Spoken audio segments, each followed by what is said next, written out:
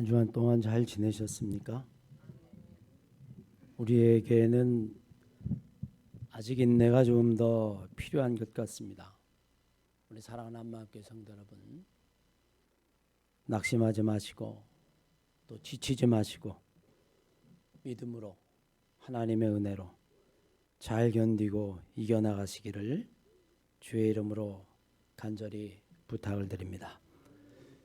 기쁘고 즐거운 일보다는 힘들고 슬픈 일들이 훨씬 많은 시절입니다. 코로나 바이러스로 인해서 너무나 많은 사람들이 어려움에 처하고 있습니다. 모두가 어려우니까 나만 어렵다라고 이야기할 수 없어서 그렇지 정말 견디기 어려운 시간들을 지나고 있습니다.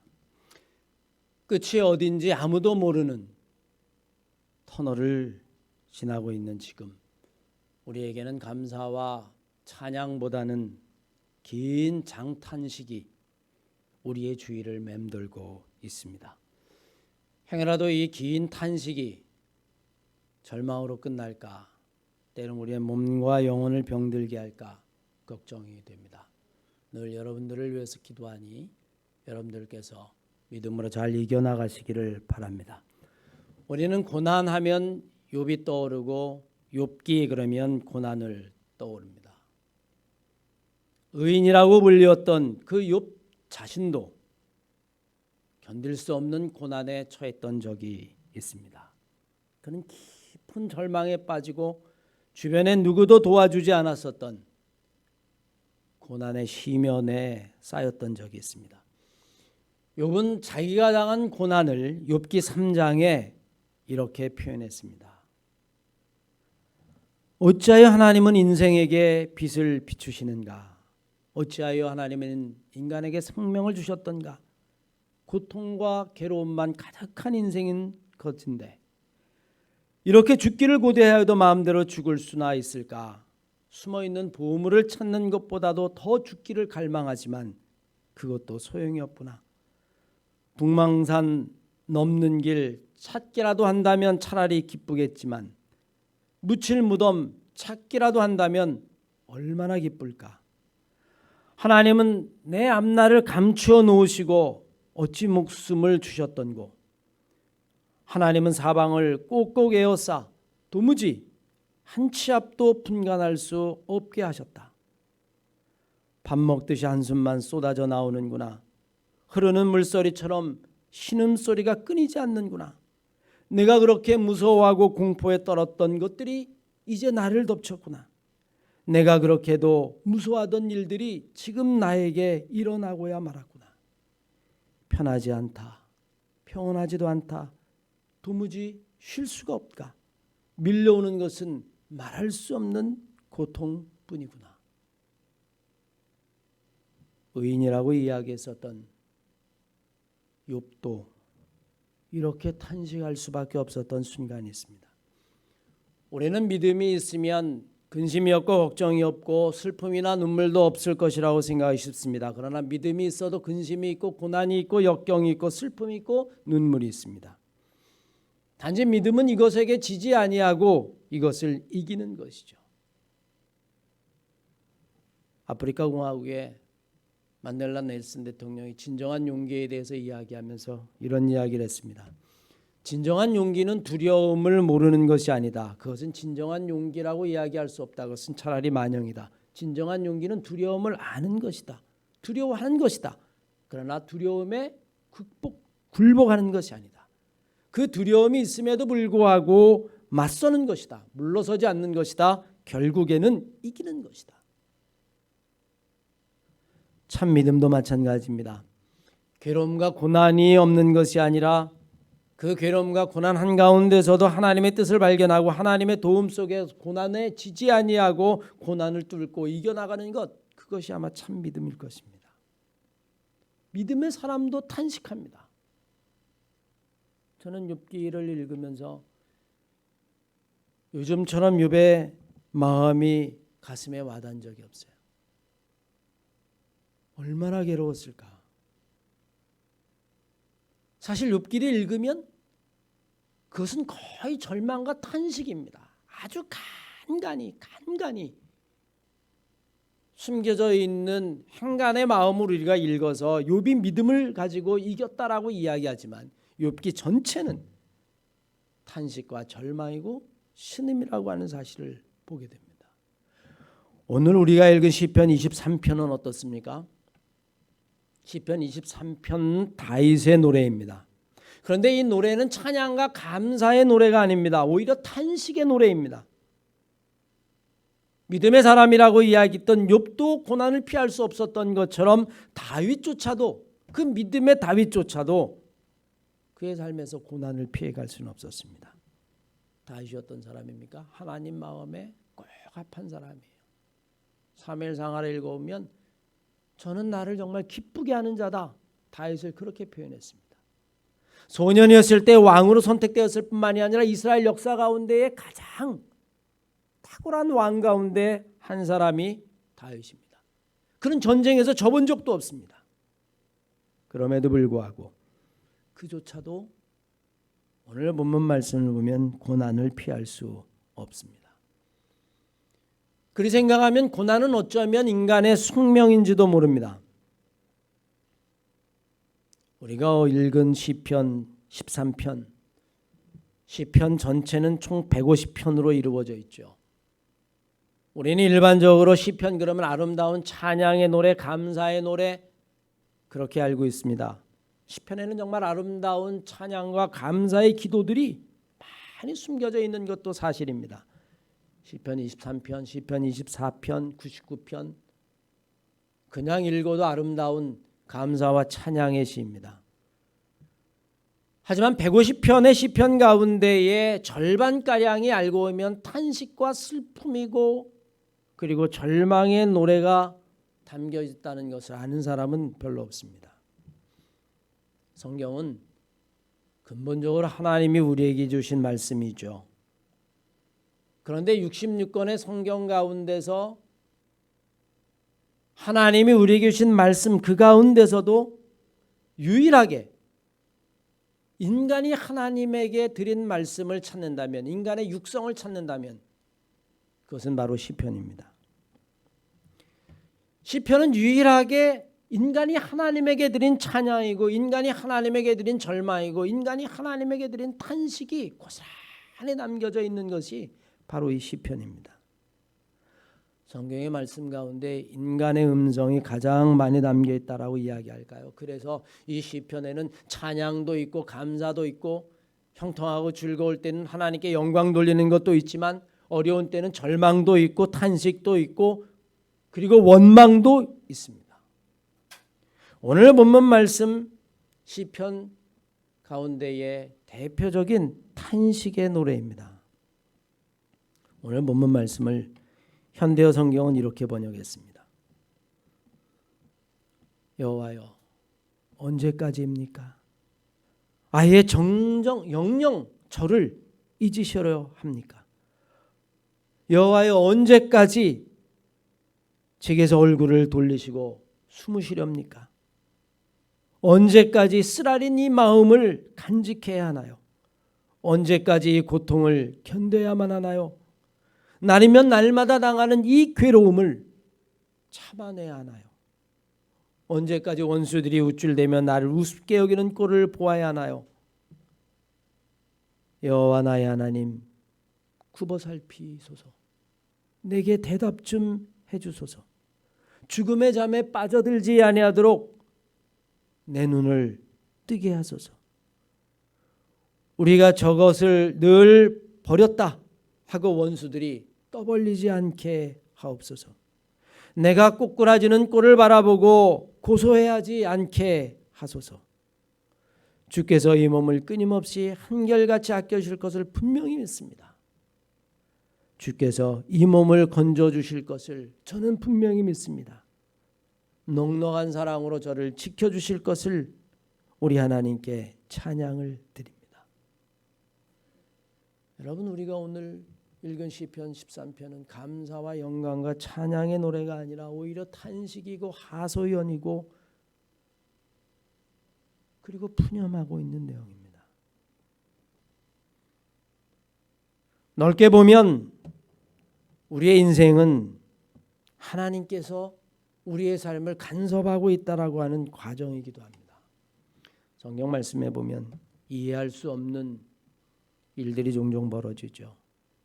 아니 하나님이 택할 때에 이미 이 사람에게는 한없는 고난밖에 없다라고 이야기한 사람도 있습니다. 하나님이 아주 작정하고 이 사람에게는 내가 얼마나 큰 고난이 있을지를 보여주실 것이다. 그렇게 이야기한 사람도 있어요. 사도행전 9장 15절 이하의 말씀을 보십시오. 하나님이 사도 바울을 선택합니다. 우리는 하나님에게 선택됐다라고 이야기하면 왕이 되거나 아니면 영광이 있거나 부귀 영화가 있거나 장수가 있거나 형통하거나 세상에서 아주 존귀함을 받거나 높아지거나 하나님이 선택했으니까 말이에요. 우리는 그런 기대를 할 텐데 이 사도행전 9장 이하의 말씀에 의하면 주께서 가라사대 때 가라. 이 사람은 내 이름을 이방인들과 임금과 이스라엘 자손들 앞에서 전하기 위해서 내가 택한 나의 그릇이라. 그가 내 이름을 위하여 얼마나 많은 고통과 고난을 받아야 될지 이제 그의 인생을 보면 알게 될 것이다. 내가 그에게 그 고난을 보이게 될 것이다. 여러분 주님을 보십시오. 마태복음 16장 21절 이하의 말씀에 의하면 이때부터 예수 그리스도께서 자기가 예루살렘에 올라가 장로들과 대제사장들과 서기관들에게 많은 고난을 받고 죽음을 당하고 제3일에 살아날 것을 제자들에게 비로소 가르치기 시작했다.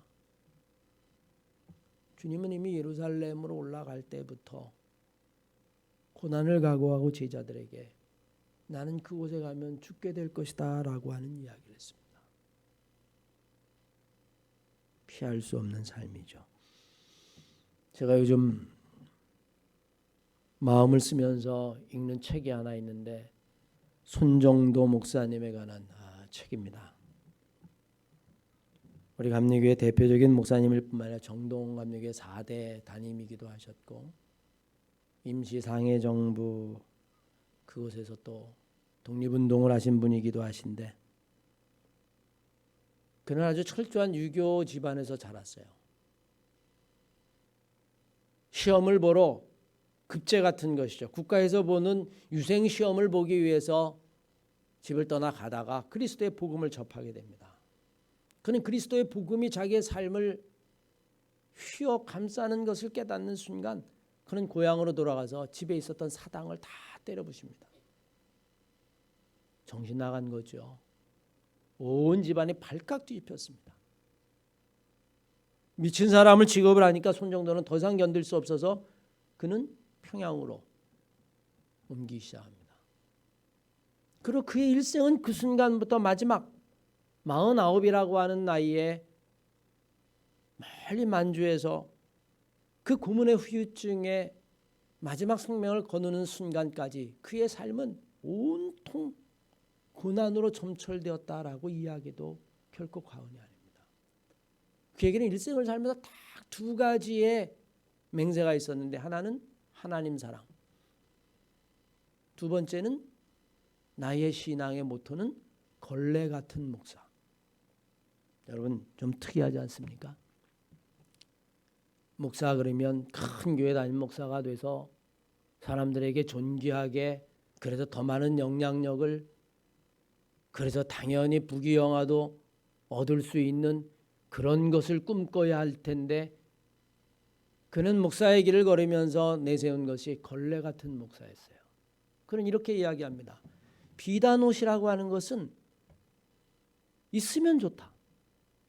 그러나 없어도 상관없다. 그러나 가정에서 걸레는 꼭 필요한 것이다. 가장 더러운 것, 가장 지저분한 것, 그것이 걸레가 아니면 무엇이 치울 수 있겠느냐. 그는 가장 낮은 곳에서 가장 천한 곳에서 가장 고통 있는 곳에서 그 당시에 고통을 받았던 민족을 위해서 자기의 생명을 다 바치죠. 그의 일생은 고난의 연속이었다라고 이야기해도 결코 과언이 아닙니다. 믿음이 고난을 없애는 것이 결코 아닙니다. 믿음은 고난을 이기는 것입니다. 저는 바라보는 우리 사랑하는 한마음교회 성도 여러분들이 지금 당하는 어려움과 고난 가운데에 여러분들이 믿음으로 승리하는 사람들이 되시기를 주의 이름으로 간절히 축원합니다. 그러면 믿음의 사람은 견딜 수 없는 고난 속에서 무엇을 해야 할까요? 우리는 오늘 본 말씀에 다윗은 기도라기보다는 오히려 탄식하고 있음을 보게 됩니다. 아니, 탄식이 기도일 때가 있습니다.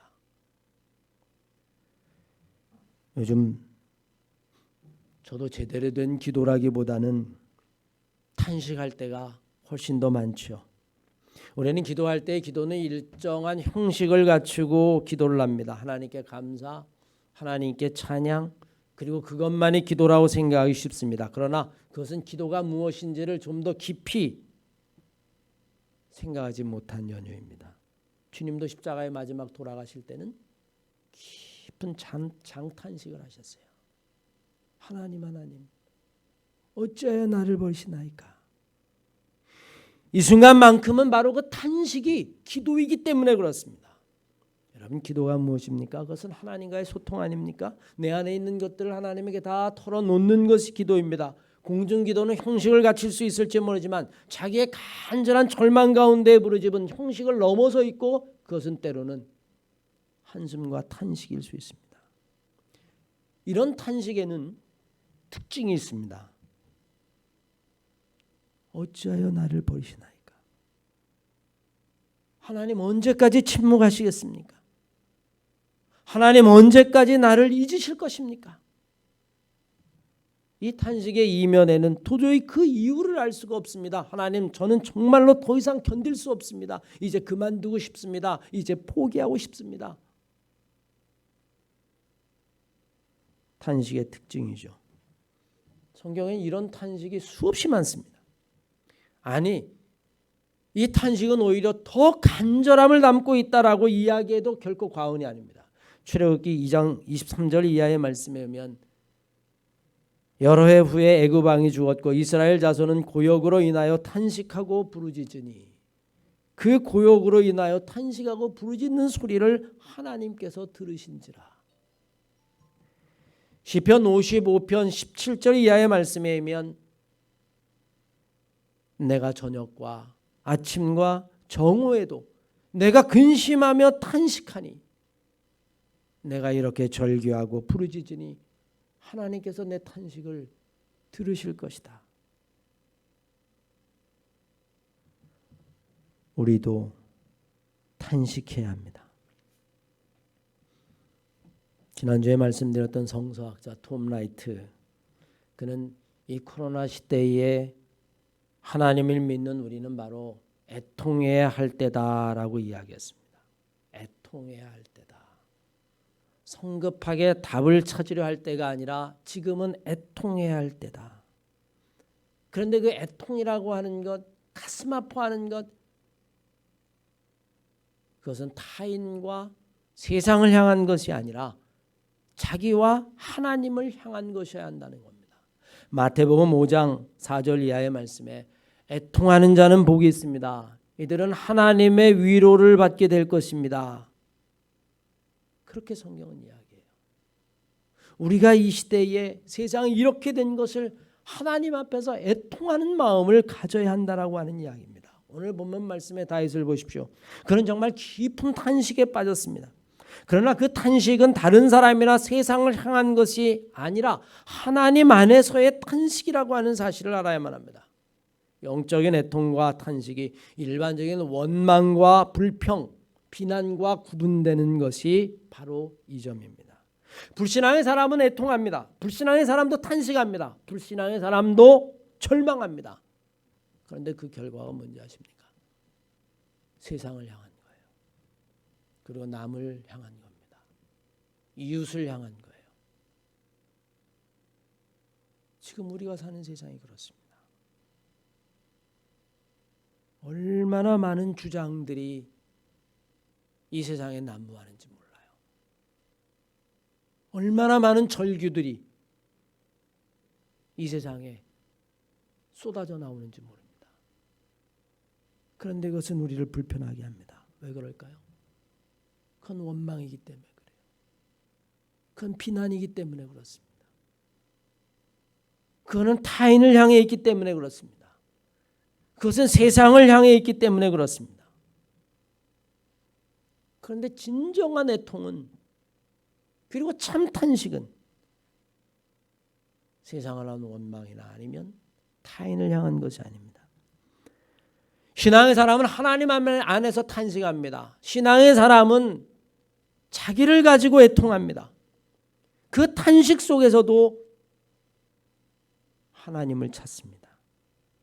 절망 속에서도 원망이 아니라 탄식을 통해서 하나님을 찾죠. 우리는 절망 속에서 하나님을 놓치면 포기하게 됩니다. 우리는 지금 절망의 연속이에요. 이번 주가 되면 사회적 거리두기가 좀 여유가 있어서 우리가 대면하면서 예배를 볼 수 있지 않을까, 그런 기대를 가졌는데 또 한 주 연기한다는 그 소식에 제가 절망했습니다. 언제까지 세상은 이렇게 닫혀 있어야 할까? 이 절망은 계속되면 사람들은 포기하게 되죠. 탄식 속에서 하나님을 놓치면 우리는 남을 원망하게 되어지고 불평하게 되어지고 역시 스스로를 포기하게 됩니다. 그런데 오늘 본문 말씀에 다윗을 보십시오. 다윗은 고난 안에서도, 그 고난 속에서도, 그 고난조차도 하나님 안에서 의미를 찾습니다. 그건 욥도 마찬가지입니다. 아니, 믿음의 사람이 어떻게 해야 하는지를 우리들에게 보여주고 있습니다. 욥은 자신이 당한 고난, 욥기 3장에서 이렇게 이야기합니다. 아, 내 삶이 빠져나갈 길은 앞뒤로 다 막히고 하나님에게 영락없이 갇힌 몸이 되어버리고 말았구나. 저는 이 표현을 읽고 또 읽으면서 욥의 신앙이 정말 위대하다라고 하는 것을 다시 한번 깨닫게 됩니다. 이게 믿음의 눈이고 욥이 세상을 보는 눈이에요. 내가 사방이 다 막혀 있지만 내가 세상에 갇힌 것이 아니라 하나님에게 갇혀 있는 모양이라고 표현을 합니다. 내가 하나님 앞에 갇혀 있다. 저는 여러분이 이 욥의 눈, 이 욥의 마음, 이 욥의 신앙을 배우시기를 주의 이름으로 간절히 축원합니다. 하나님 안에 내가 갇혀 있다. 욥은 하나님이 자기의 삶을 간섭하고 있다라고 하는 것을 믿음으로 알았습니다. 욥뿐만이 아니죠. 하나님이 다윗의 삶을 간섭하고 계신 것입니다. 믿음의 눈으로 보면 다윗뿐만이 아니라 욥뿐만이 아니라 여러분과 저의 삶도 하나님이 간섭하고 있음을 알아야만 합니다. 다윗이나 욥 같은 믿음의 사람에게는, 아니 여러분과 저에게도 마찬가지입니다만, 모든 것이 다 하나님 안에 있는 것이죠. 욥기를 전체를 보면 욥은 일관되게 그것을 고백합니다. 자신이 죽기 일보 직전입니다. 그런데 그것조차도 하나님 안에 있다라고 이야기합니다. 내가 죽어도 하나님이요, 살아도 하나님이요, 주신 분도 하나님이요, 거둬가시는 분도 하나님이요, 하나님이 내게 복도 주셨으니 하나님이 내게 재앙도 주실 것이다. 읽으면 읽을수록 욥의 믿음이 보여요. 아, 내가 하나님에게 갇혀 있구나.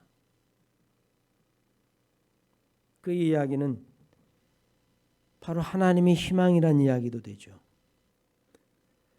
내 앞뒤 좌우를 막고 있는 것이 하나님이라면 우리는 희망도 바로 그 자리에서 찾게 될 것이다.